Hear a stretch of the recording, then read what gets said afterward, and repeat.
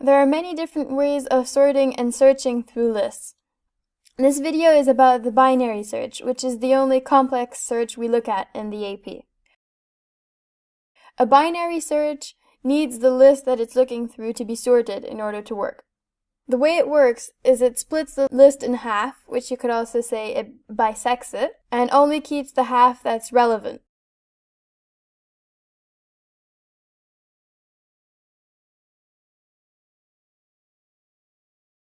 I'd like you to contrast that to the sequential search, which does not need the list to be sorted, and it simply looks through its list one by one, so in sequence, until it finds the object you're looking for.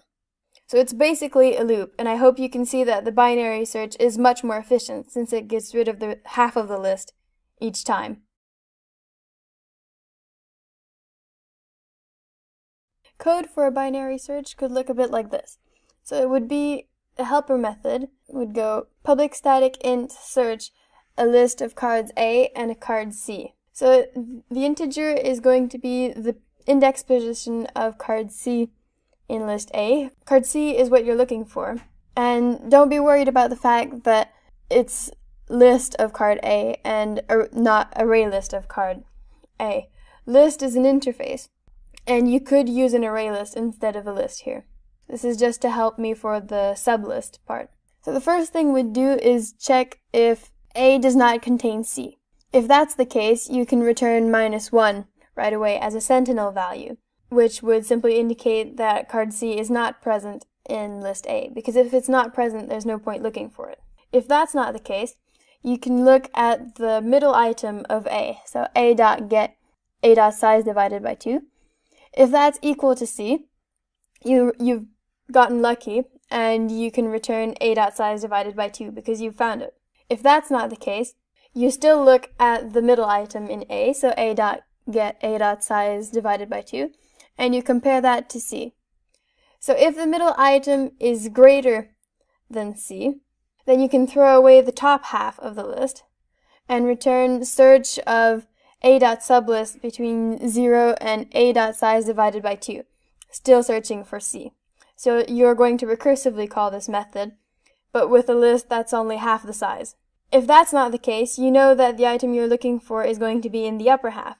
So you can return A.size divided by 2, so that's going to be the index position of the middle, plus search of A.sublist from the middle, A.size divided by 2, to the end, so the upper half of the sublist, still looking for C.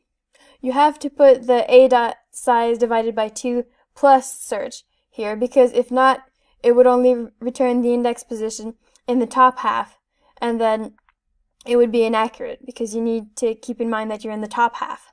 So let's run through this. You have your list of cards A, which is already sorted. It has to be sorted. And then the card C, which you're going to be looking for, which is going to be this 2 of spades. So we know that the 2 of spades is contained in A. So you look at the middle card.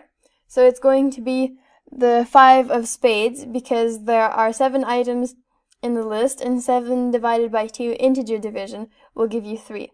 You look to see if the item in the middle of the list, so you compare that to C. The item from the middle of the list is greater than C, because a 5 of spades is greater than a 2 of spades. So you throw away the top part of the list and keep only the bottom part. So you've gotten rid of 4 cards already right there. Then the method is called recursively, so you do it again. You look at the middle card from what's left in A, which is going to be 4 of diamonds because of integer division. 3 divided by 2 will give you 1, and at index position 1 there's the 4 of diamonds. That is still greater than the card we're looking for, 2 of spades, so you can throw away the top part of the list, which is now only the 5, and you call it again. So here you have 2 items, so here you'll split the list in half again, and you can see that 4 is too big, and so you only keep the half with the 2 of spades, and then the 2 of spades is what you're looking for, so you can return that index.